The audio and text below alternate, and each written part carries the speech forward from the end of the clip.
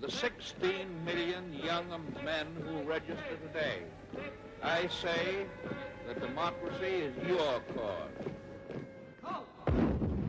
Bonds today. Bonds of freedom, that's what I'm selling. Any bonds today. Where are we going, Sarge? I can't tell you. It's a military secret. Don't throw away that bacon grease. Housewives of America, one of the most important things you can do is to save your waste kitchen fats. As technical very first class, I now pronounce you Snafu, man. Yes, there is a new spirit in America. The spirit of a free people, united again in a common cause to stamp tyranny from the earth.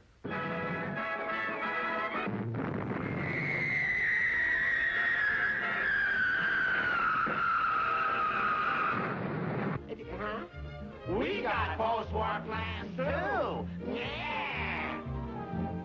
Any bonds today will be blessed.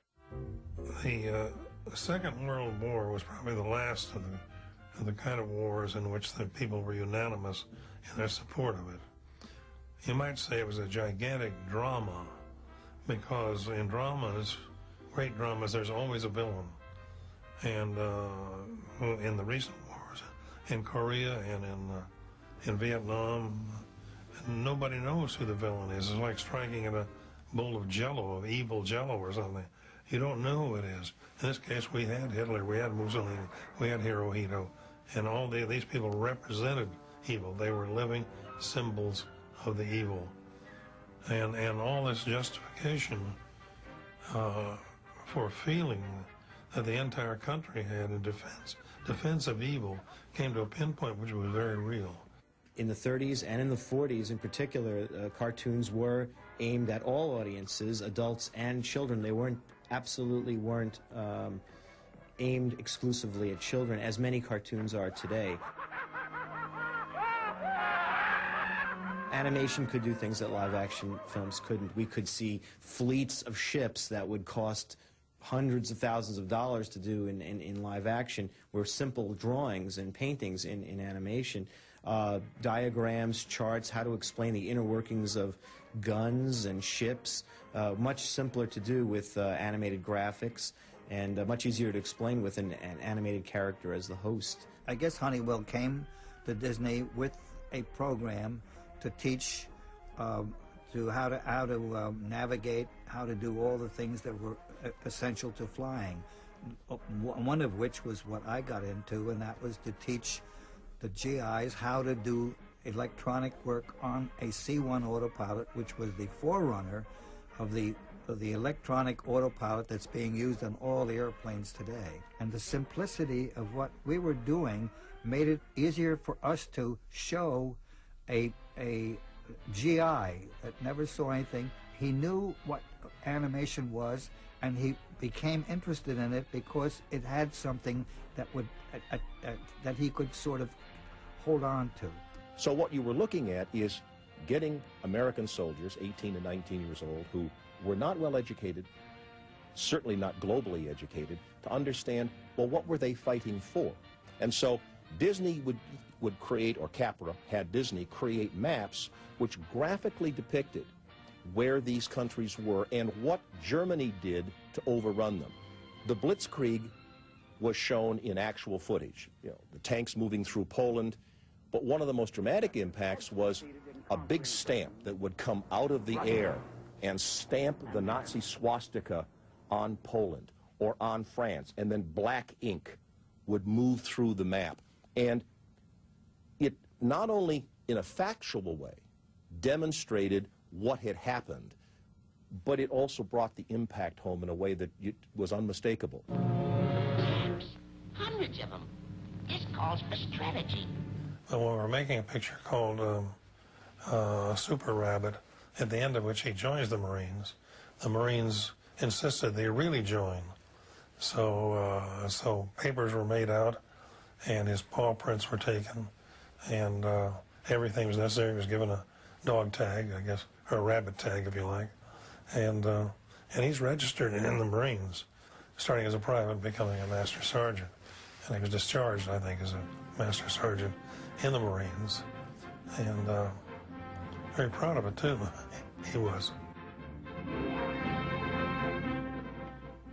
This is the Army-Navy Screen Magazine Cutting Room, where combat film taken by Army, Navy, and Marine cameramen comes in from battlefronts all over the world. The Marine Staff Sergeant with the Expert Medal is 22-year-old Norman Hatch from Boston, Massachusetts. Hollywood, during that period of time, was very gung-ho insofar as the military was concerned. Both of my major contacts with studios were at Warner Brothers. I did do some things at Fox, and I also did something at Disney. We're in to win, so let's begin to do the job with John. But Warner's was very predominantly interested. Jack Warner had been a colonel in the Army, and so he had sort of a very strong feeling about it. Zanuck over at Fox, also was a colonel in the Army, and at that time the motion picture industry under the War Activities Committee had volunteered to do all sorts of things to help the war effort. Hollywood's most famous movie stars leave the film capital to help the government sell war bonds.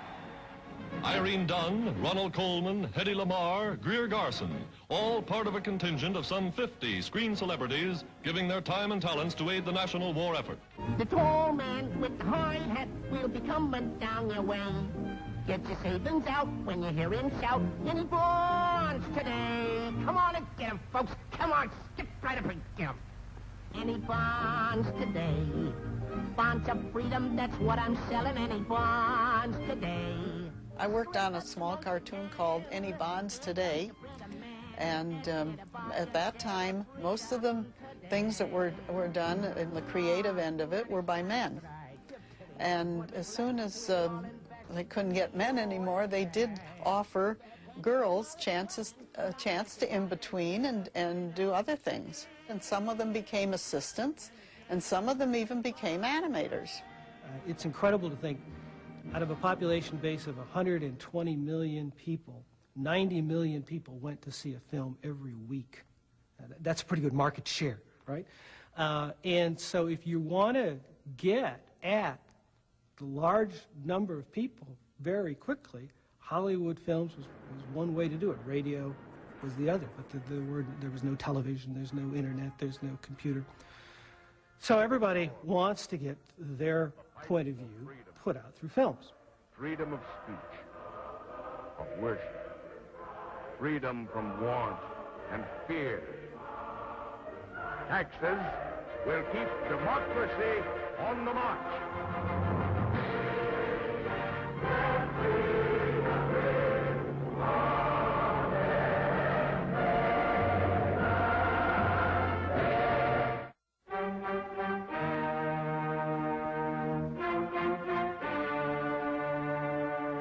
One of the extremely difficult problems was that if you used soldiers to play the parts in live action films, they were unbelievable because they couldn't act. On the other hand, if you use actors, the soldiers who had had these terrible days and were tired and worn and mad and they wanted to be entertained, so if you used actors, they would recognize them as not being soldiers. So they were caught in a dreadful situation there. And somebody, rather brilliantly, I think Frank Capra may have been one, said, well, why not use animation?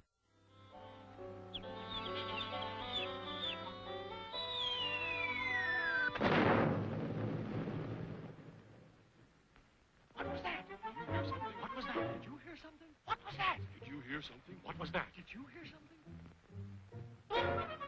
What's cooking? Extra!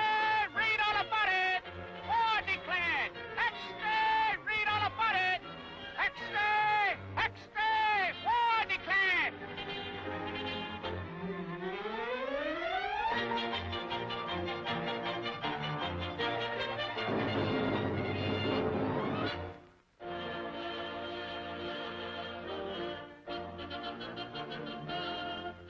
We're working for defense.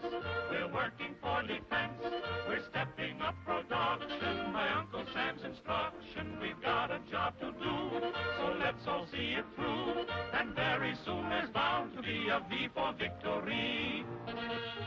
Every man is expected to do his bit. There's a job to be done. All production must be increased. Get busy now.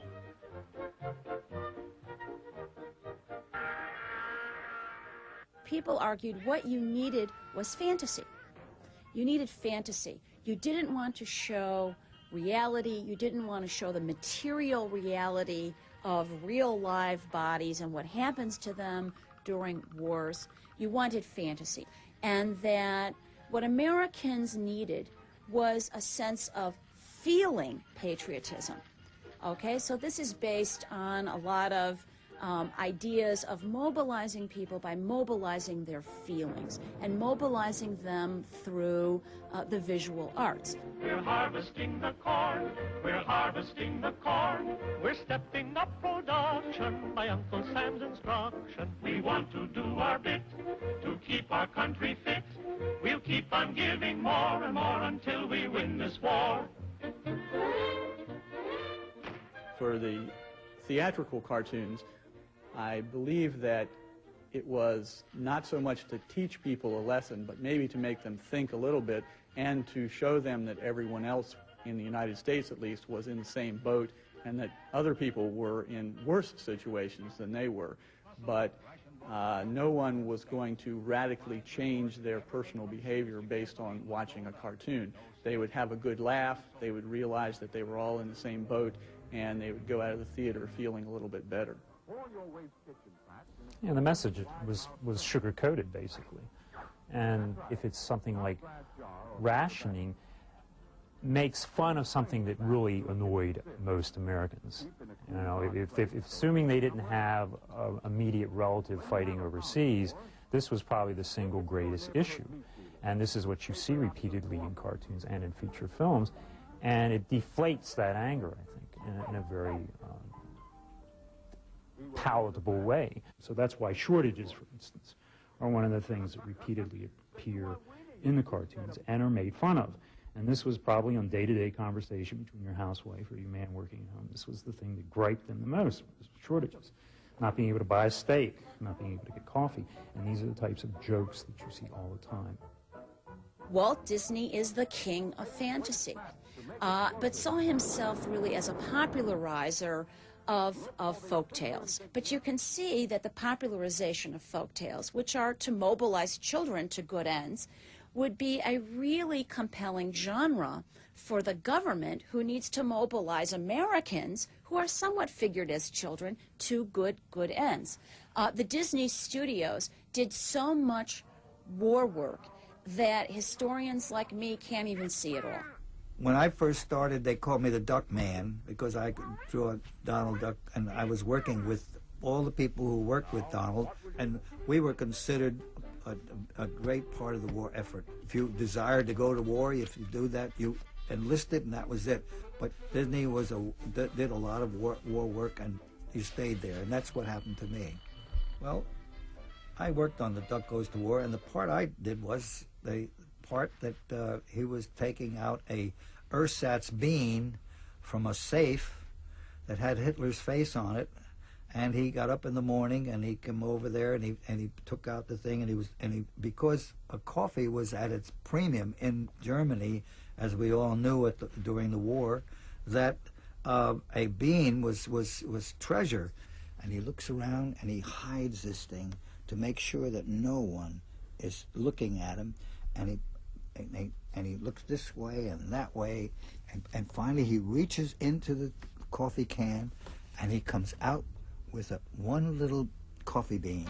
The Führer's Face had three great things going for it. It was a Walt Disney cartoon, it starred Donald Duck, and it resulted in a hit song, a big hit that was a big morale booster during World War II. Well, we didn't know that we won an Oscar until later on. They told us that we had won an Oscar for, and I think the Oscar came during the war, and it was very quiet. Donald Duck in The Führer's Face is everyman, the American everyman. You know, he's got all the human foibles. He laughs and cries, and he has his little tantrums. And once again, though, you're poking fun at the Nazi state and Nazism, and showing, though, how every man can could be affected. If we allow this to happen, you could wind up being this way. That's sort of the underlying message. And don't take for granted our liberties. And done in a brilliant way.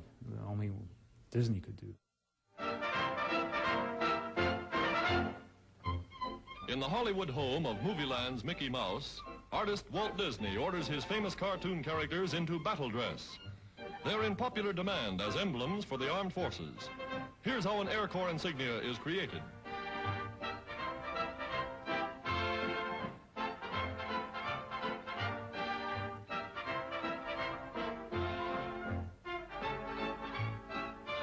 This assignment is for the Marines Amphibious Force, a very tough commando tortoise ready for the warpath. And he comes to life before your very eyes.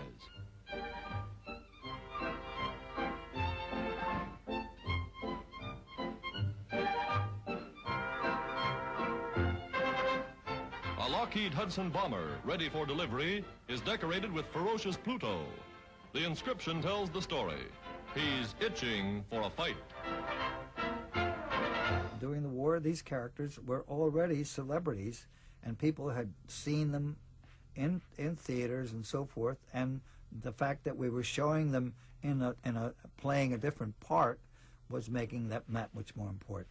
Clearly, the most poignant cartoon that may have been ever made, but certainly in the war effort, is Education for Death. The story is a story of the fact that the German people have to bring their youths and have them trained to be killed in the war, and the use of the images.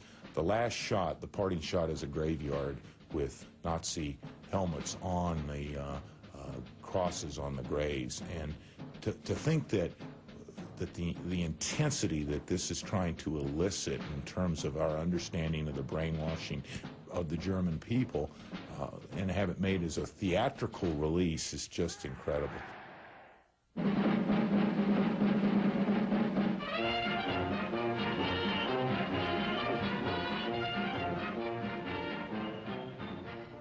I had been directing a unit with Schlesingers for a couple of years.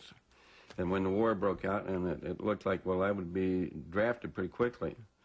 So I decided rather than be drafted, I'll enlist and try and get in one of these training film units. And that is what I did. I was at Hal Roach for about 3 years. During the war years, a lot of the cartoons were slanted towards the propaganda type thing and all that. And I guess my two writers came up with the idea of a barnyard setup with ducks as the characters. So we made a pretty successful picture out of it, I think.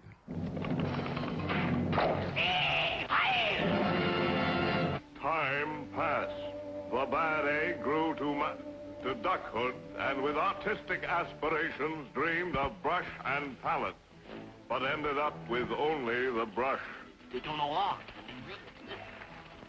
His artistic efforts spurned, he soon turned to other endeavors. Und vergesst nicht, du Dops, ich bin der abgeblossene Freich in Deutschland, in aller Europa, ja in der ganzen Welt. Particularly when you're talking about characterizing the enemy as fools or insane or very humorous type of characters, that you have much less of a problem with cartoons than you would with feature films, because everyone expects cartoons to be over the top. They expect cartoons to go beyond the bounds of reality. Characters, most of them are not human beings, and if they're human beings, they're outrageous caricatures who do various things that human beings can't. People didn't watch these cartoons and take Hitler lightly. This was one way of showing our contempt for Hitler and his policies. And the same thing for the Japanese and the same thing for Mussolini. We had contempt for them. We were going to wipe them out and set things straight. But that doesn't mean that we were taking them lightly. Yeah, it was just funny to see the takeoffs that we on those three characters, I think. But there were some gags in that thing that I'd never be caught dead on making now. But we didn't think too much of racial things and stuff like that. And I cringe now every time I see that duck tater. The Japanese duck, for instance, we kind of made fun of him. But after all, there was a war going on, and you expected things like that, I think. There was a tendency to either dismiss them or to paint them just as totally evil. The problem being is how can this German army, if it's so powerful, how can they be such fools? Or how can Hitler have achieved what he did and be a total madman? And there seems to be an inherent contradiction here. And this is where the propagandists had a problem. I don't know whether the audience had a problem. So the audience was making fun and demystifying them. And I think that's really important. Ich bin Bereichssoldat. Ich lieb Musik und französische Schaubraten.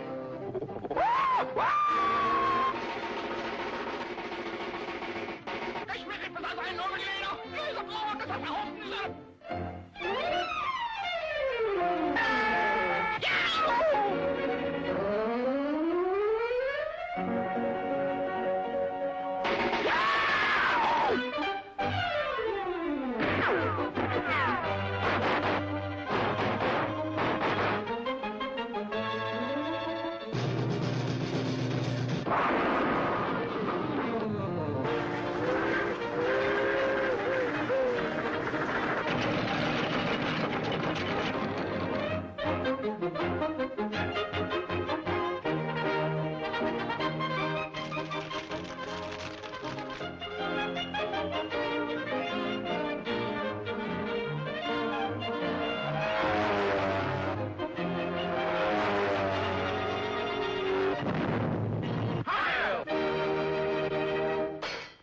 Tex Avery was the wildest animator in Hollywood. He really pushed the envelope for what a Hollywood cartoon can be. And a lot of the things we think about in Hollywood cartoons, characters with their eyes popping out of their heads and, wild exaggeration, that all came from Tex Avery. Blitz Wolf is a particularly good cartoon because it's not only Tex Avery at his best, but he's parodying Disney with the Three Little Pigs.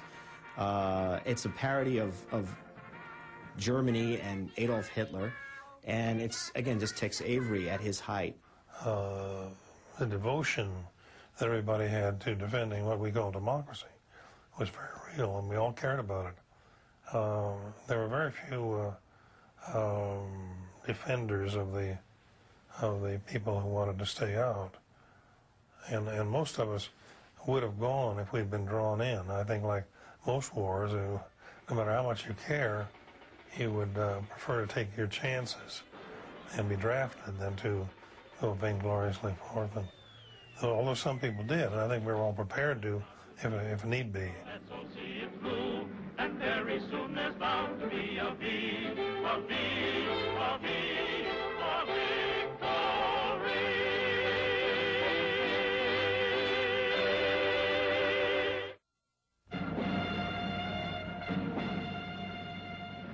Private Snafu was a part of the Army-Navy Screen Magazine system, and this was a cartoon done to teach lessons. Now, training films of the day were pretty dry and pretty mundane, really. They didn't do much to keep the person's interest, unfortunately. But one way to take care of that and to alleviate that monotony was to have these cartoons come along, which very graphically and very simply told a lesson. And anybody, no matter what capability of learning, could see one of these and understand what it meant. And they were very successful.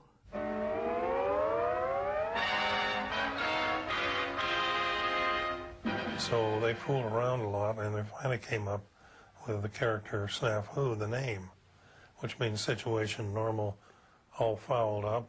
Actually started with F, it wasn't fouled up, and those were the so that was a name that the soldiers were aware of and knew well, like grunt. I just learned a secret. It's a honey, it's a pip. But the enemy is listening, so I'll never let it slip. 'Cause when I learn a secret, boy, I zipper up my lip. Now, the military secret that I carry in my brain, I keep in safe deposit with a padlock and chain. You bet I got a secret. when Snafu first started, Frank Capra had the idea. He was the guy who put together Army Navy Screen Magazine for the Armed Forces. And he had an idea. He loved animation. He loved Walt Disney. Is that why not use Walt to develop a character who's the typical soldier? So we can use that character to teach these guys various things about being in the Army, various educational things. So Walt's crew tried to develop Snafu. And they even went so far as to storyboard the entire first episode called Introducing Snafu. And they had a lot of development cost in it. And I think they bid $101 a foot, somewhere in there. Well, Leon Schlesinger came along and counterbid Disney. He bid $20 a foot, including story development costs. And Walt's bid was $101 just for the animation, not including development.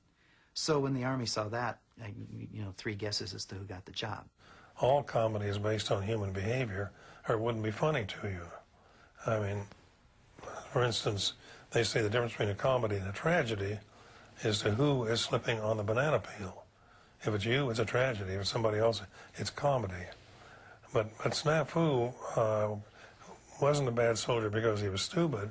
He was a bad soldier because he was lazy, because he didn't believe in the things. He thought he was wiser than they were, like Daffy Duck. And Daffy Duck, as somebody said about Daffy, is the bugs talks, but Daffy talks too much. Hey, give me some magazines to read for when I'm on the ship. Don't read a word to no one, but he's going to go by ship. It's a cinch to keep a secret if a fella just takes care. He's sailing on a troop ship now. We got to find out where. I'm a sound and silent soldier, just as steady as a rock. Here's to my little secret with its chain and padlock.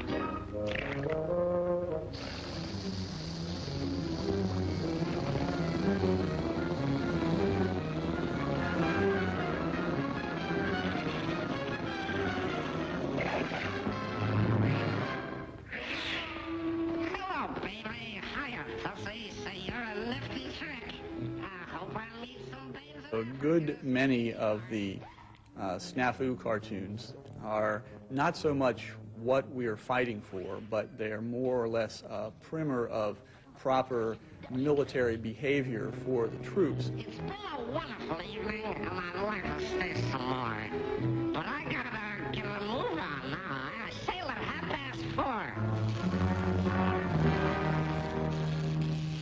He's got to get a move on now. He sails at 4:30. The Snafus were aimed at a military audience, and basically it was to explain to them the reason behind what may have seemed to them to be stupid little requirements or regulations, and they tried to place those in a larger context. And by doing it in cartoon fashion, for example, the Snafu cartoon Rumors, you don't think that people talking to each other on a base would have an adverse effect on the war effort. Well, in the Snafu cartoon Rumors, it is blown up so greatly that it is hugely exaggerated. I'm sure that the soldiers who were watching that said, well, that'll never really happen here, but maybe it made them think a little bit before they went out and started throwing the baloney. What's new? Oh, nothing much. Nice day. Nice day for a bombing. Yeah, nice bombing weather. Bombing weather. Bombing weather. Sounds harmless enough. Innocent stuff. But let's take a look in and find out what's cooking. Bombing weather. Bombing weather. Bombing weather. Bombing weather. Bombing weather. Just between you and me, pal, I hear we're in for a bombing.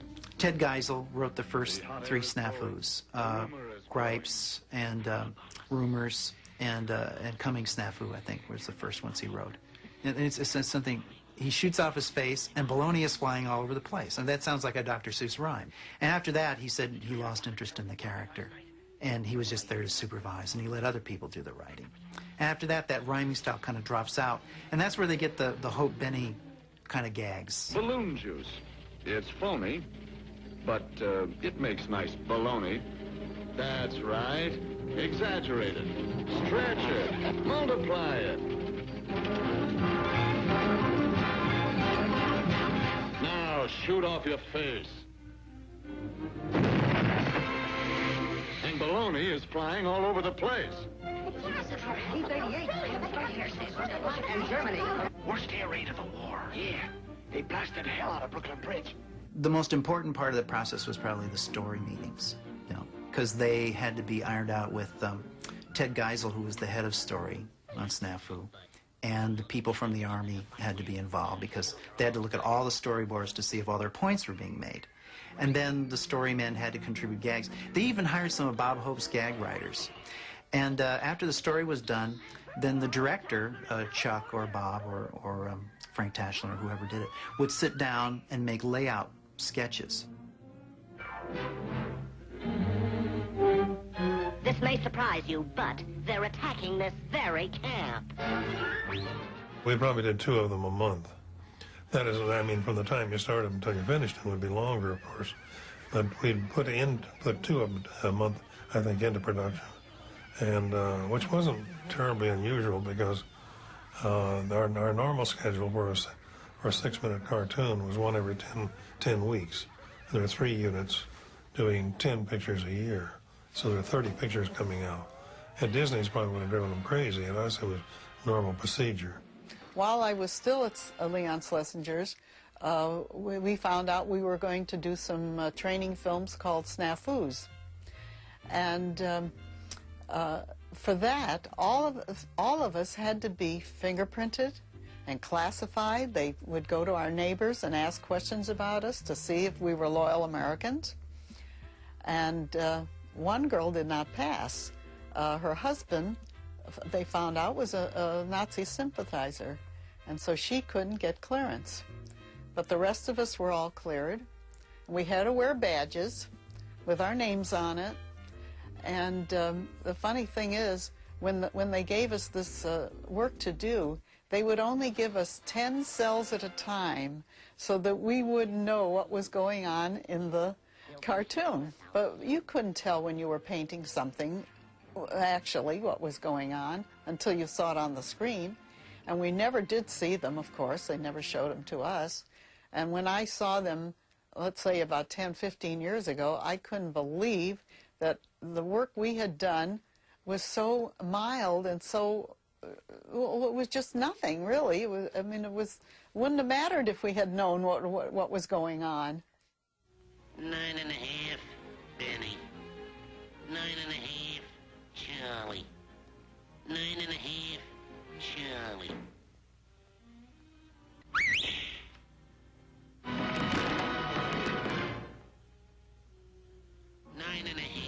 Benny.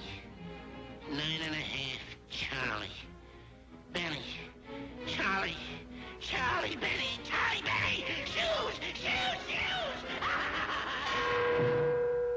Right after the story was done, the dialogue was approved, everything was set to go, and the director would start layout. At that same time, they would be recording. And the director would direct the voice actor, Mel Blanc, Arthur Lake, who did the voice of Hook, or whatever actor. And they would coach them through the dialogue and make sure they got the performance they wanted. Mel Blanc was a genius at pulling something out of nothing, because he could basically look at one drawing or a set of drawings and he could find a performance. He was also a darn good singer. Mel started on radio. Hello, young man. I sort of remember you from someplace. You're, I'm a private sad sack. Another chapter in our story, the life of Sad Sack.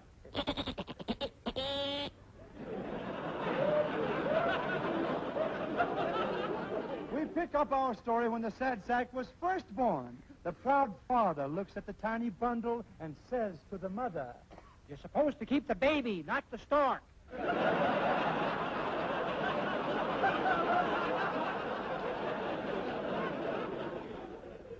But the Sad Sack proves to his parents that he is a brilliant child.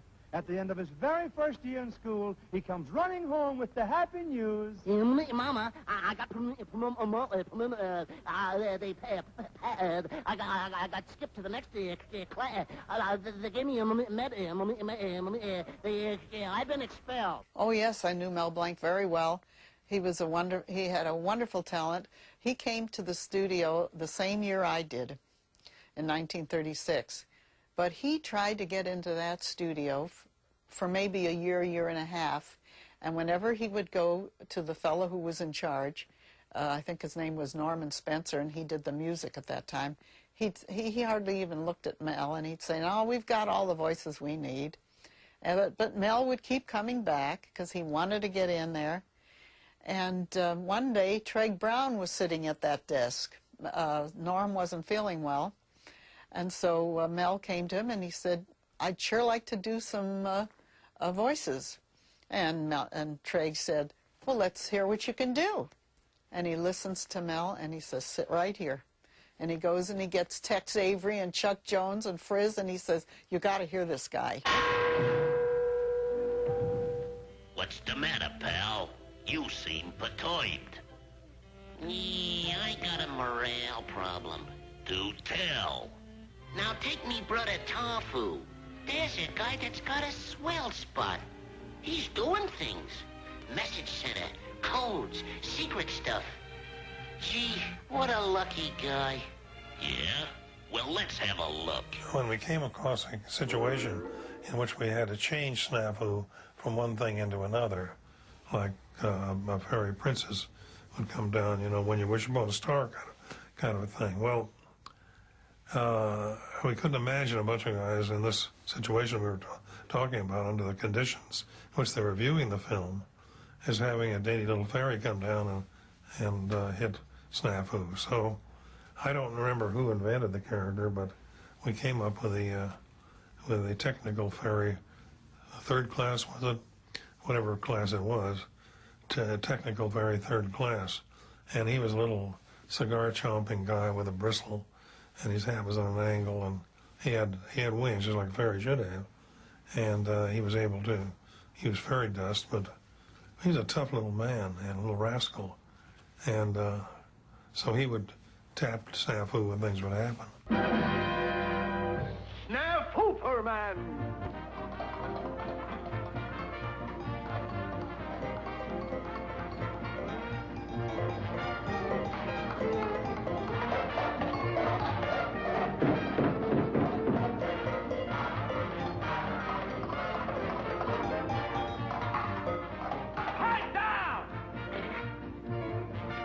I'm trying to do some brain work. How the hell do you expect a guy to study with all that racket going on? Study? Nuts. When I get at them Nazis, I ain't gonna clunk them over the head with no books. What you gotta give them dopes is a belly full of lead.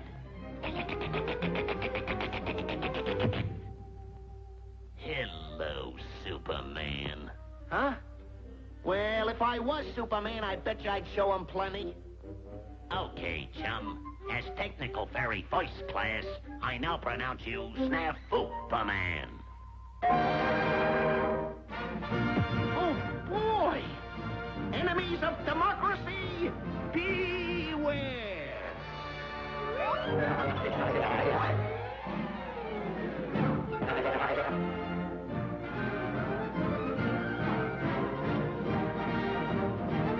This looks like a job for Snafu-man!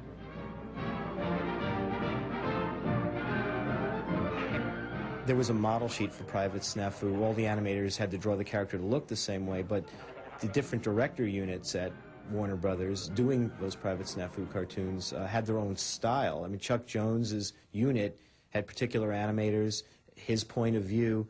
They did it a certain way. Frank Tashlin was an animator who was aspiring to work in live-action films, which he later did. And his films have a more live-action approach to the angles and the direction of the cartoon. So his cartoons are easy to spot. And even in the Private Snafu series, you can tell the Frank Tashlin cartoons from the Chuck Jones cartoons, which were more cartoony.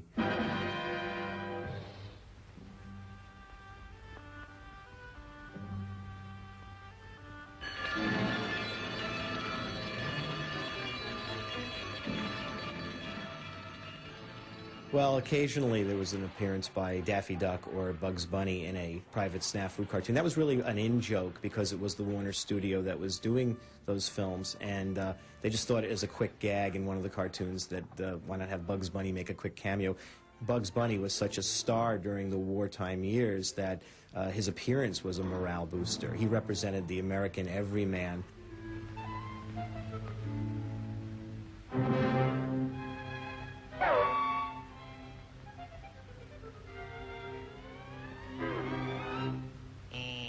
What's up, Doc?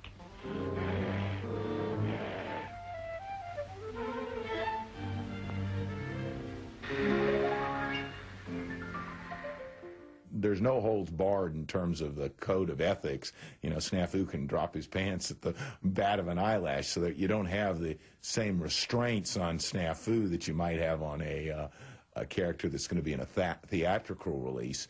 And they were able to cover topics like why it's important to cover yourself with malaria netting in the middle of the jungles in Burma, because if you don't, you're going to get bit on the butt, and they'll quite literally show that, and you're going to get sick. So they were able to handle topics that were real, I wouldn't say controversial, but push the edge of acceptability, and portray them against this cartoony character, and the sheer acronym Snafu, you know, the situation normal all fouled up, indicates that that this guy constantly screwed up, and sort of the moral play was, you don't do what he does and you won't screw up. I think that the cartoons exemplified the professionalism of the cartoonists who made them, and the writers who dreamed up the story essence, to be able to portray very simply the problem that they were trying to prove, or the point they were trying to make. And I think that was the best part of it. They didn't over-elaborate. They just went straight to the point, got the story told, and made Snafu or whoever look like a complete dope who came out great at the end. 9.5 Benny, 9.5 Charlie. 9.5 Charlie, a 9.5 for Benny. A 9.5 for Charlie, a 9.5 for Benny. Hey, you know, this is an important job I'm doing. That's my boy who said that. Ha-cha-cha-cha. The transference from war to peace was almost perhaps more traumatic than going to war. Because when going to war is like going to prison in a way, and it's in that you're brought out of a life in which you have a measure of freedom. But when you're broken out of the war, you expect to come home and get all the apple pie, and that you won't have to make your bed all again and do all the things that you had to do during the service. In other words, you'd be free. Well, there is no such thing as freedom, really, and so it took a bit of doing. And a lot of people really suffered through that. And I think those films were designed to be helpful in finding yourself not exactly in paradise, but back in reality. Now I'll show you the back. Next comes the girlfriend.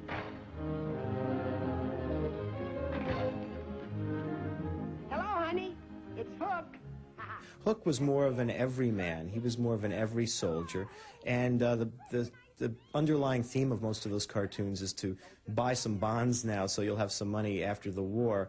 Hook was what the Navy called the anchor on the ship, and the Navy produced these films. I can't say we did our bit.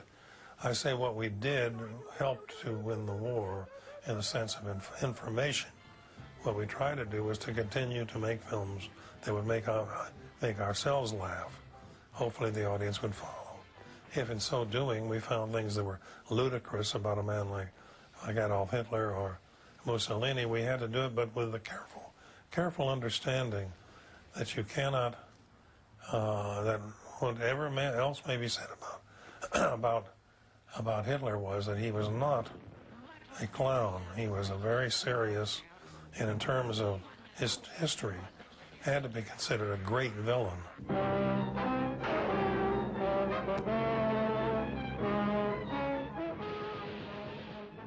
The cartoons that were seen in the commercial motion picture houses were always greatly liked by everybody.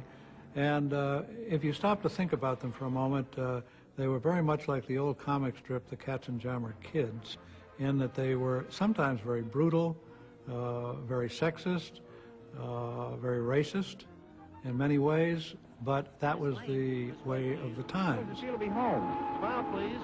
How about Clark Kent? Did he get away? No. No, he's still over there. The real appreciation of those comic kinds of approaches were, I think, ways for the public to let off steam. They could go to the theaters, and if things were down and not too happy, or even if people had lost loved ones, they could at least go into the theaters and get some relief, and the comic part was great. We're working with children, we're working with adults who had known Donald Duck, and the spirit of Donald and Mickey and the rest of the characters working on a war effort made that much more important. And I think that that's what created that great feeling of, well, we're doing our bit for the war effort. Everybody, not just people in the cartoon business, but everybody seemed to be of the same spirit to get this war over and win it. War is always a tragic thing, but we had no choice in the matter, and I do feel that everybody in the country, with maybe a few exceptions, were all for the war effort and did whatever they could. My pretty merry melody, we will always live in harmony together. If only you'll agree, you will always hear me croon that you're my merry melody and I am your Looney Tune. We're working for defense. We're working for defense. We're stepping up production by Uncle Sam's instruction. We've got a job to do, so let's all see it through. And very soon there's bound to be a V for victory. We're harvesting the corn. We're harvesting the corn. We're stepping up production by Uncle Sam's instruction. We want to do our bit to keep our country fit. We'll keep on giving more and more until we win this war.